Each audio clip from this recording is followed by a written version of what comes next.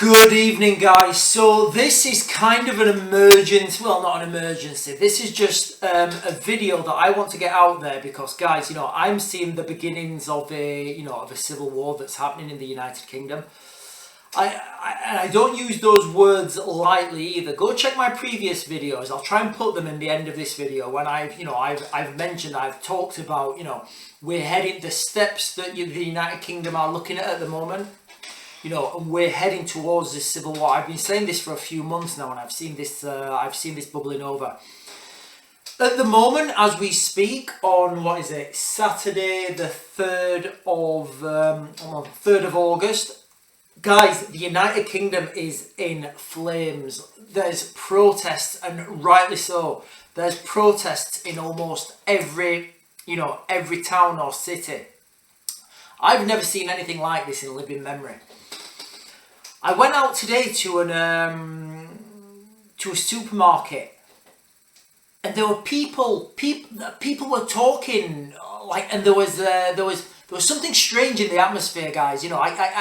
It's hard for me to put this into words. There was just a feeling in the atmosphere, I don't know what it was. There was something definitely in the atmosphere. There was apprehension. Everybody was talking about the same thing. Are you going to the protest? Have you seen the protest? And talking about the same sort of things. As we speak tonight, like I said, the United Kingdom is in absolute flames. Guys, please just share this video and like my stuff if you've not done so. Share this to anyone who's contemplating going out to one of these protests. I'm certainly not saying do not go out to any of these protests. I'm not saying that at all. What I'm saying is you guys need to be aware of what's happening behind the scenes. You guys need to know what's happening in the bigger picture. So just quickly, I've got 24 years experience working in this sphere. When I first started my career in the military in '99, one of the first things we did is go to Northern Ireland, and we did a lot of public order, a lot of riot control. So you go through a lot of lessons. You learn how to how to use baton guns, shields, batons, all the rest of it, and you learn the tactics. With that, some of you get to go away and you do other courses surrounding that, and you look in the crowd, and almost every crowd you get you get mobs of instigators, small mobs of instigators that turn these things from one side to another really quickly. Now, these things will be happening, and these things will be sponsored by other countries. Now, I'll come on to that later on. But remember when Keir Starmer won? I don't know if it was this platform or other one. I said, guys, I did a video and I said, we're going to look back at this. And we're going to kind of look back at this like the Americans look back at electing Biden. Now, think of what you want of Joe Biden, guys, and I certainly don't want to get involved with another country's politics. But I saw him on a video yesterday. I think it was yesterday. Or it might have been this morning or yesterday. I saw him on a video walk off an aeroplane, walk round in a circle, and then walk back up onto the plane. That is the leader of the free world, guys. And then, guys, it is what it is. We are living through history. We are literally living through historic times. Look at Keir Starmer's been in power less than a month, I think. Look at the state of the United Kingdom already in less than a month. Look at the attacks, the soldier,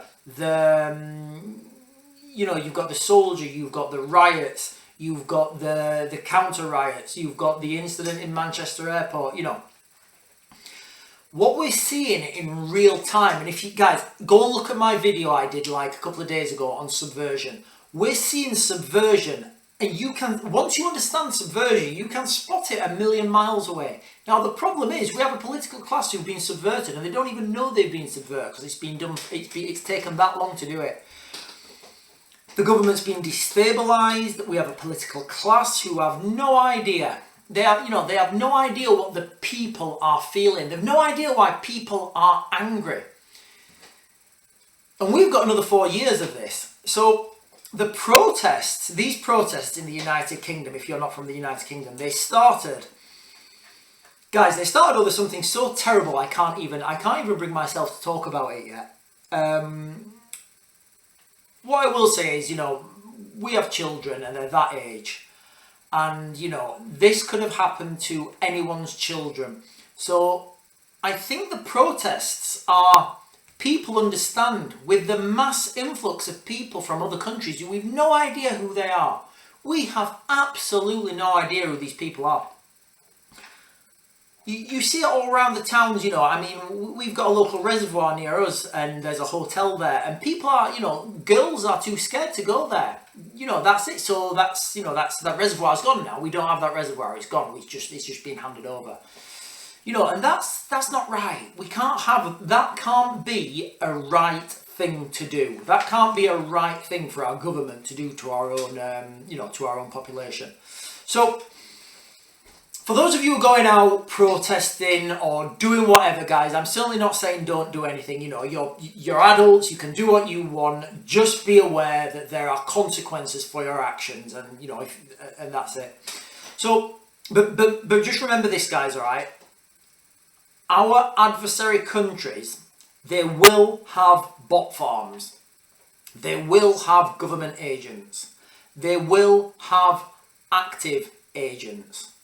So what do I mean by bot farm? So these bot farms, we know they've got them. This guy who used to run Wagner Group, Prigozhin, I want to say his name's Yuri, but it's not. Yevgeny or something.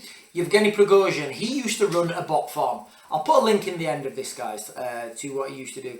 Now, in these bot farms, and I can guarantee you this guy, well, I'm speculating because I've never been there, I don't know, but from what I understand, from my experience, from my military experience, my military background, the people I know in that sphere, a bot farm would operate in such a way that, imagine you're sat in a room now, and you've got, 100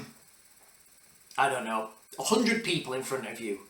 You would say, right, okay, we see what's happening in the United Kingdom. Would split the group down the middle. He'd say, right, you guys fan the flame on this narrative, and you guys fan the flame on the counter narrative. So then each one of these operators, each one of these 50 operators will have 10 Facebooks, 10, I don't even know, guys, 10 social media profiles, and all those other social media profiles will be linked. And, they'll all be commenting the same sort of thread on these, trying to fan the flame, trying to make people go out and cause more problems. Guys, it's undoubtedly we've got government agents now in our government. And the problem is they probably don't even know they're government agents. And their handlers who are handling them probably don't even know that they're government agents. Now, what you'll see is these people, they'll be pushing a certain agenda. They'll be pushing anything that will divide our country. So these usually go along the lines of equality, race, religion, anything really that you can divide a line between. And we always look at people and we think, how have they managed to get into that position of power? It's because somebody's funding them, all right? And again, where this money comes from, we'll never be able to trace it. It's done too well. Also, in these crowds, which I alluded to earlier, there will be active agents. So these will be agent provocateurs, if you want to be using the French phrase. Now, these are the guys who will turn up and in fact I can remember when there was some protests in I can't remember where the protests were, but basically there were some protests in the UK and all these men turned up in masks. They pulled the statue down, they threw it in the river or something, or I may be getting mixed up between two things.